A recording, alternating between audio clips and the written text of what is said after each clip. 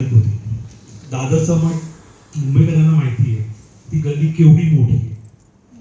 म्हणजे गुरुवारी फक्त जाम असते, मंगळवारी वगैरे कोणी नसतं तिथे. म्हणजे मनुष्य धावत गेला ना तरी दिसणार नाही, गाडी सुद्धा दिसणार. 3 वाजले होते, मी काय निमित्तानं दादरला होतो. म्हटलं 4 वाजता मठ उघडणार, महाराजांचं दर्शन घेऊया आणि जाऊया. तर 3:15 3:30 वाजता ना एक व्यक्ती आला, असं असं चालत चालत आला. आणि मी तिथे दादर मठाच्या बाहेर ना कॅलेंडर्स वगैरे असतात, महाराजांचं पिऊ नकोस, तुझ्या पाठीशी आहे, हे सगळं स्लोगन असतात. आला, मी असं बघत होतो, आला पाटणार, अरे काय बघतोस, घे ते. अरे 2 मिनिटं कळलं नाही कोण व्यक्ती आहे हा. म्हणलं मग बोला, आजोबा इथे कशाला आलायस, कांदुलीला मठ नाहीये का, चाल तिकडे. तर म्हटलं मला काही 2 मिनिटं काही सुचलंच नाही, काही सुचत नाही. तर म्हटलं मग आपण कोण, अरे मी प्रिन्सिपल आहे, तू काय पण विचारतोस मला. आता मे महिना होता, म्हणलं गरमी होती, म्हणलं आपण काय थंड बिंड काय घेणार का, पाणी वगैरे देऊ का, चल तुझी काय राहती, अशा शब्दात बोलले. मग नंतर लगेच बोलले, चल मला चहा पाच. म्हणून शिवसेना भवनाच्या पाठच्या साईडला ना गर्दी आहे, तिथे ना वडापाववाला बसतो आणि तिथे चहा होते. आम्ही चहा प्यायला गेलो, थोडं बोलले चल वडापाव खायला मला. आणि वडापाव घेतला, चहा प्यायले. परत आम्ही शिवसेना भवनाच्या फॉर्मॅटांच्या इथे आलो. मला परत बोलले घेतलंच का ते, नाही. म्हणून घेऊन असं मागे फिरलो, अदृश्य. ही महाराजांचा असे अनुभव आहेत ना एक एक. हा, दुसरी गोष्ट, मी जसं काहींना माहिती आहे की प्रधान केंद्रामध्ये किंवा त्र्यंबकचं केंद्र आहे, तिथे रात्रसेवा. तर त्यावेळी ना रात्रसेवेला ना अघोरस्त्राची सेवा घेतली जायची. अघोरस्त्र, तर अघोरस्त्र आहे किंवा पशुपतास्त्र आहे, त्याच्या सेवा रात्रीच्या रात्री केल्या जायच्या. तर पशुपतास्त्राची सेवा झाली आणि त्र्यंबकच्या केंद्रापासून आहे ना टॉयलेट लांब आहे, बरोबर आहे. तर टॉयलेटमध्ये आम्हाला 11 फुटाचा शंकर दिसला होता, अक्षरशः उभा होता. तर माझ्याकडे अशी केस आली की ज्योती जाधव नावाची एक माझी स्टुडंट आहे. तर तिला थोडा त्रास होत होता, म्हणून तिला मी पशुपतास्त्र करायला दिलं होतं. तिच्या नवऱ्याला ऑफिसमध्ये भरपूर प्रॉब्लेम्स आले, तर तिला सांगितलं पशुपतास्त्र कर. तर तिने पशुपतास्त्र चालू केलं. ते पशुपतास्त्र असं आहे की ते 108 वेळा बोलायचं, त्याच्यानंतर 11 वेळा बोलायचं आणि हवन करायचं. ती पद्धत थोडीशी वेगळी आहे.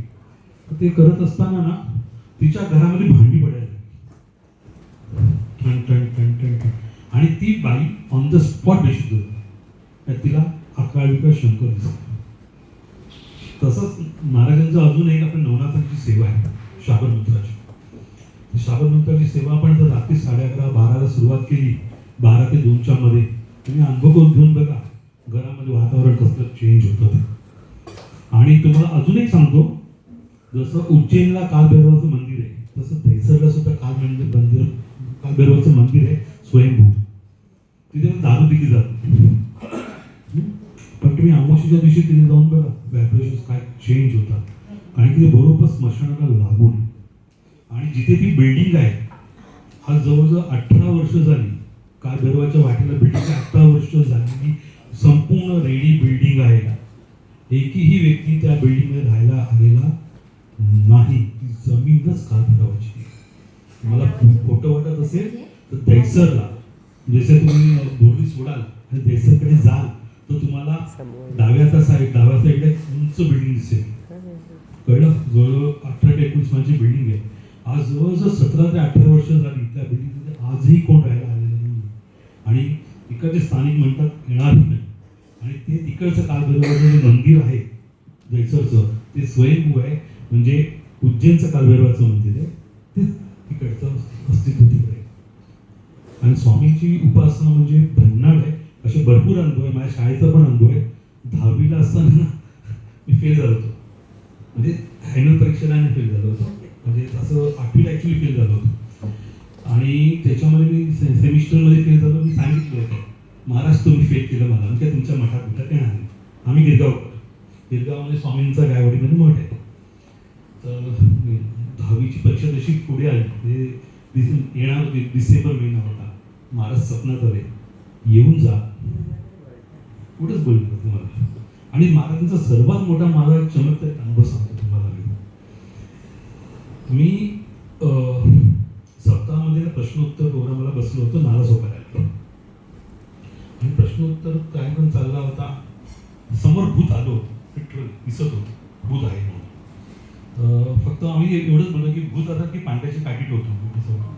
आणि कधी कधी तुम्हाला सांगतो, तुम्हाला पुढे जाताना त्रास होत असेल ना, हिंग असतं ना आपल्याकडे, हिंग घरात, हां, हिंगाची फुकी मारायची पद्धत पण अशी आहे, कळलं. किंवा अगर काही करता नाही आलं तुम्हाला, जातं त्रास देत असेल किंवा विचित्र असेल, तर आपल्याकडे अगरबत्ती वगैरे असते, धूपबत्तीची उडी उचलायची, ती फक्त अशा पद्धतीमध्ये करायची. ओके, किती पण त्रास असेल ना, तुम्ही केंद्रात तुम्हाला सांगितलं पण असेल, सोडलं की आपला त्रास कमी होतो.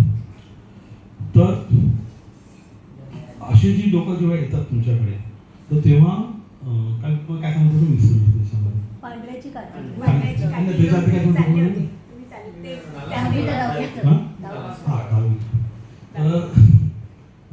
तर महाराज आले होते.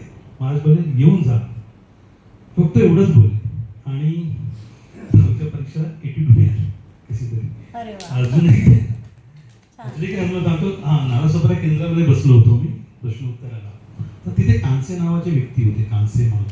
केंद्रामध्ये कसं असतं, जो प्रश्न उत्तर किंवा तुम्हाला जे ज्योतिषी करतात त्यांना असं ते उपाय सांगतो. मोराचं पीस, दतुऱ्याच्या बीजा, दतुरे असतं दतुरे, त्याच्या बिया, एक लिंबू, एक टाचणी आणि लाल कपड्याला बांधून आपल्या जवळ कन्सल्टिंगला ठेवायचं असतं.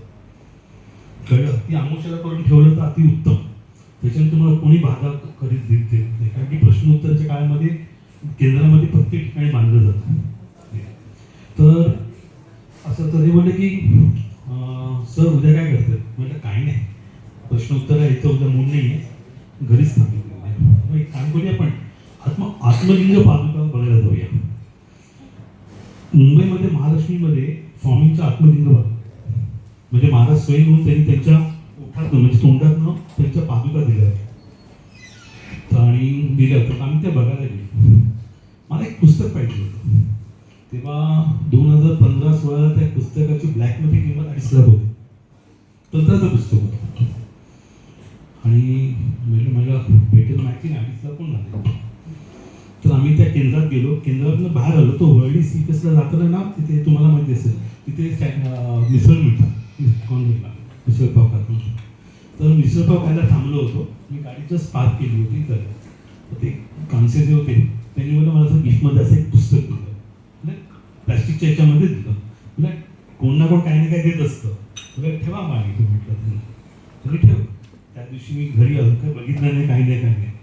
आणि जसं दुसऱ्या दिवशी परत गाडीमध्ये उघडलं, काही बघूया तरी, तर बघितलं तर तेच पुस्तक होतं. ही स्वामींचा प्रसिद्धी आहे. हे खरंच सांगतो, करा सेवा. म्हणून तुम्हाला जो मंत्र दिले ना, इच्छित दाता सगळे कार्य सिद्ध करता, सकल दुःख करता, श्री स्वामी समर्थ, नमो नमः स्वाहा. करा आणि रिझल्ट